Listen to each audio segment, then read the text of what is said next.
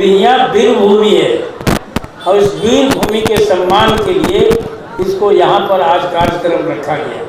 यहाँ से एक क्रांतिकारी हुए हैं। पहले आप लोग मालूम होगा सूर्यनाथ चौबे जी यहीं के थे, विद्याश्री दुबे जी थे, यहाँ के रामानंद तिवारी जी थे और बहुत से नेता यहाँ पर पैदा हुए जो कि यहाँ के नाम को काफ़ी प्रभावित किया और पूरे देश में नाम कमाया। इस भोजपुर ज़िले से, भोजपुर से पहले जीतने वाले यहाँ बलराम भगत जी थे जिन्होंने जा कर के और वहाँ स्पीकर का कार्यभार संभाला। ये हमारे लिए गौरव की बात है। यहीं के डॉक्टर राम सुभग से थे, रेल मंत्री भी थे और पहली बार हिंदुस्तान के नेता प्रतिपक्ष की मान्यता जिनको मिली, ये हमारे लिए और इस धरती के लिए गर्व की बात है। इन सारी बातों को देखते हुए और यहीं के बाबू जगजीवन राम जी जो कि पूर्व उप प्रधानमंत्री भी हुए, जिन्होंने जिस क्षेत्र को, जिस विभाग को अपनाया उसको आगे बढ़ाया, रेल मंत्री भी रह चुके थे। तो ये हमारे लिए सौभाग्य की बात है कि हम आज इस धरती पर हैं और इस धरती पर वर्षों बाद 75 वर्ष के बाद ये सौभाग्य प्राप्त हुआ है कि इसको सम्मान मिला है। और इस देश का एक प्रधानमंत्री जिसका गर्व से हम नाम लेते हैं और इस देश के लिए गर्व की बात है कि माननीय प्रधानमंत्री नरेंद्र मोदी जी आज हैं जिन पर सबका विश्वास है। और उस विश्वास का प्रतीक है कि छोटी छोटी बातों को भी लेकर के वो बात सुनते हैं और उनके ध्यान में आता है। मुझे याद है, आप लोग भी टीवी में देखे होंगे कि गए थे वहाँ मद्रास में, चेन्नई में, और समुद्र के किनारे जा करके जो बोतल फेंका हुआ था, गंदगी फैली हुई थी, उसको ले करके एक मजदूर की तरह अपने पीठ पर लेकर उसकी सफाई कर रहे थे। और उस दिन ऐसा हुआ कि लोग इस देश में स्वच्छता के अभियान की शुरुआत की कि इस देश का प्रधानमंत्री एक साधारण सफाई मजदूर की तरह जा करके सफाई देखता है। ये प्रेरणा का स्रोत है, ये प्रेरणा है पूरे देश के लिए। और आज जब हम लोग ये देख रहे हैं, कभी कोई कल्पना भी नहीं किया होगा, हम लोग कल्पना भी नहीं किए इतने दिनों से राजनीति में रहते हुए भी, और कि ये बिहिया स्टेशन और इस तरह से पढ़ने वाले जितने स्टेशन हैं और बिहार के जितने स्टेशन को लिया गया है, 49 है ना बिहार में, 49 बिहार में नहीं, दानापुर में। की अभिव्यक्ति माननीय प्रधानमंत्री जी के सामने भी होगा। आज के यहाँ पर ये सारी बातों की कल्पना आपको दे दी गई है और किसी आदमी का यहाँ भारत माता की का जो मंदिर है उसके विकास के लिए बात की है।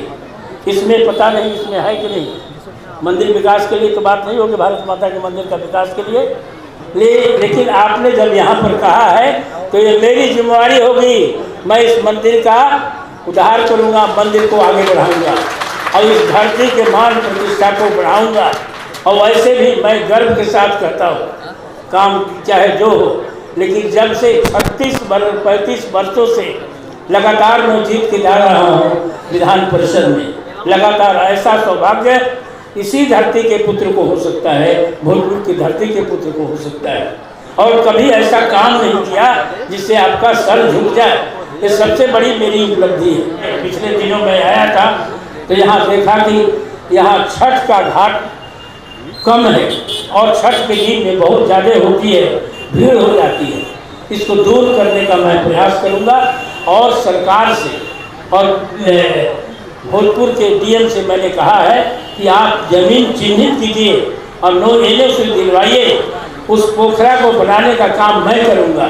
वैसे भी माननीय प्रधानमंत्री जी के द्वारा बाल अमृत महोत्सव योजना भी चली है, सरोवर योजना जो जीर्णोद्धार करते हैं उसका, पोखरा का आहार का जीर्णोद्धार करने के लिए छोटी छोटी बातों पर ध्यान देना एक महापुरुष का ही काम है, एक युग पुरुष का ही काम हो सकता है। जो देहात में हम लोग रहते हैं, हम लोग बात सोचते हैं तब तक वो बात आ जाती है, माननीय प्रधानमंत्री के द्वारा आ जाता है कि इसका विकास होना चाहिए और इसका एक कोई कार्यक्रम आता है। ये मामूली बात नहीं है। देश को जब आगे बढ़ाना है, देश को हम लोग बराबर कहते हैं कि भारत बहुत दिनों से रहा है, विश्व गुरु रहा है, तो विश्व गुरु रहा है तो ये कैसे केवल कहने की बात नहीं है, ये हमारी शक्ति है, ये ऋषि मुनियों की शक्ति है, ऋषि मुनियों का देश है, हमारा आध्यात्मिक हमारी शक्ति है जो कि हमको बनाया। और माननीय प्रधानमंत्री जी ने ये योग दिवस के रूप में 1 जून को बना करके 21 जून को ये साबित कर दिया कि हम उस देश में उस रास्ते पर आगे बढ़ रहे हैं। तो ये सारी बातें ऐसी हैं जिस पर हम गर्व करते हैं। आज ये कोई पार्टी की मीटिंग नहीं है, ये पार्टी का कार्यक्रम नहीं है। नाम केवल इंडिया रख देने से इंडिया नहीं हो जाइएगा।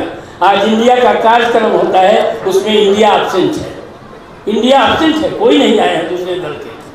ये ठीक नहीं। आप हैं, आपको स्वागत है, बहुत बहुत स्वागत है, धन्यवाद है कि आप आए हैं।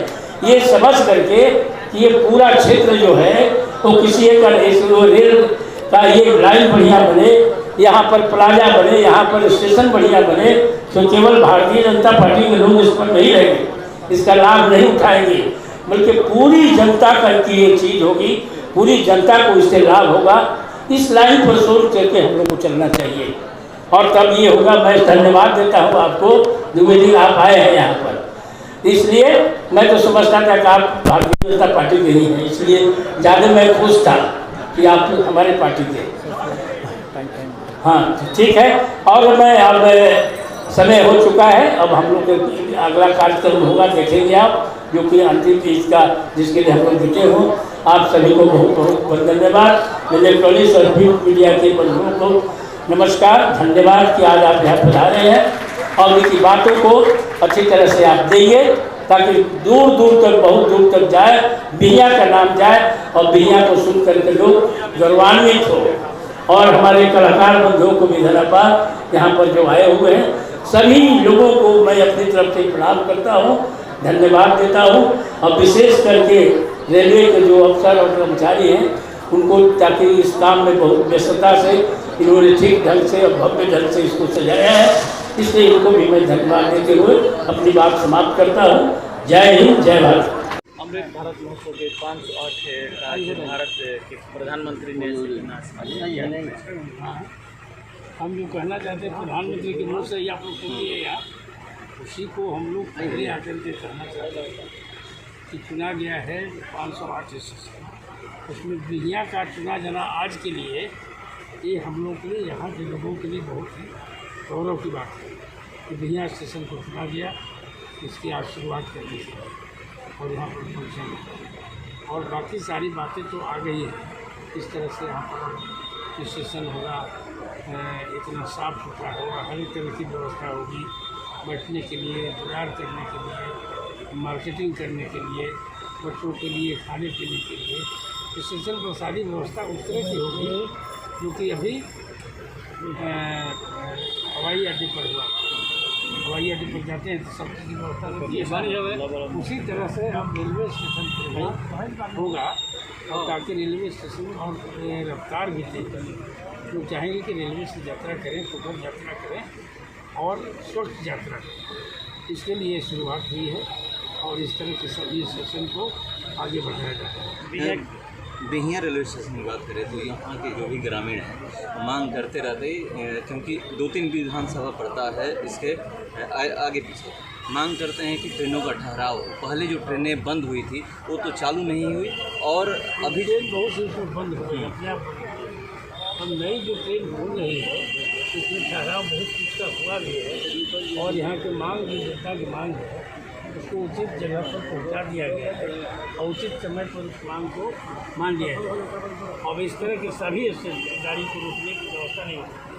जैसे अब यहाँ पर है कि राजधानी कोई कहेगा कि इम्पॉसिबल नहीं रुक सकते, फिर राजधानी का मतलब ही नहीं होगा। तो ये बहुत फास्ट ट्रेन यहाँ से मुझे श्रमजीवी हो गया और आपको ये मगध हो गया है। उस तरह से आपके यहाँ जो डिमांड है जसवंतपुर जाने के लिए तो उसका ये इस पर विचार किया जा रहा है। जनशताब्दी की डिमांड लोग कर रहे हैं, जनशताब्दी की डिमांड कर रहे हैं, मथुरा कोटा की डिमांड कर रहे हैं। हाँ, मथुरा कोटा रुक सकता है, मथुरा कोटा रुक सकता है, जनशताब्दी को भी रुक सकता है, इसलिए कि वो फास्ट ट्रेन है और पटना जाने के लिए या इधर से बनारस जाने के लिए बहुत उचित ट्रेन है। और ये डिमांड कीजिए कि वंदे भारत भी इस रास्ते से जाए बनारस जाए, हाँ, इसका एक डिमांड होना चाहिए। इसको मैं अपनी तरफ से भी रखूँगा। का विकास होता है, आपके परिवार में कोई एक आदमी का विकास हो जाता है तो धीरे धीरे सबका विकास होता है कि नहीं होता है। इसी तरह से स्टेशन जो है, आगे जाने वाले जो भी छोटे छोटे स्टेशन है जहाँ पर की पैसेंजर ट्रेन रुकती है, उसका भी साथ साथ विकास होगा। ये शुरुआत है और फिर आगे देखिए, आगे आने वाले समय में बहुत विकास। ये भारत माता के मंदिर के विकास के लिए तो मैंने कह दिया विकास होगा इसका, और ये कितना बड़ा कार्य है।